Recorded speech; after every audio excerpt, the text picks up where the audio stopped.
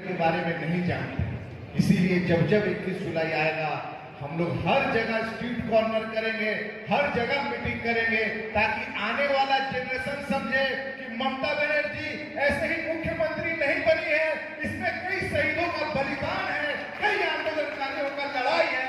उसके बाद जाकर 34 बच्चों का अपशासन को हटाकर हम लोग मां माटी मानुष का सरकार का गठन किया।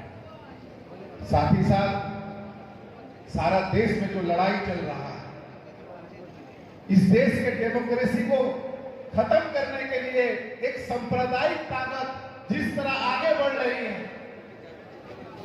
आप अगर पूछने जाए कि पेट्रोल का दाम 100 रुपया क्यों हुआ, तो ये आपको समझाते हैं जय श्री राम।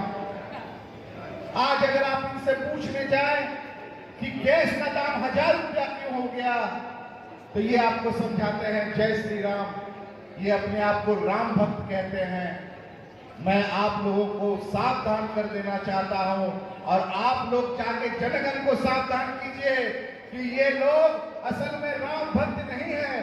राम भक्त तो पवन पुत्र हनुमान थे। जब उनसे कहा कि आप प्रमाण दो राम भक्त है, तो उन्होंने अपना सीना चीर के दिखाया, एक तरफ राम और दूसरी तरफ सीता बसी हुई थी।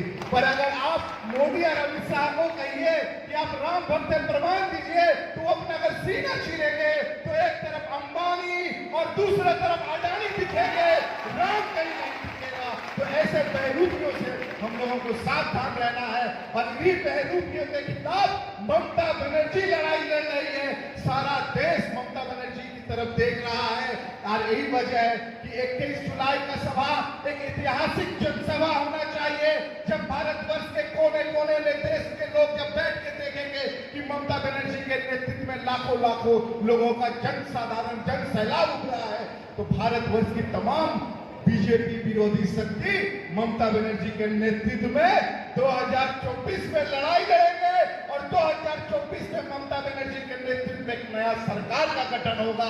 यही संकल्प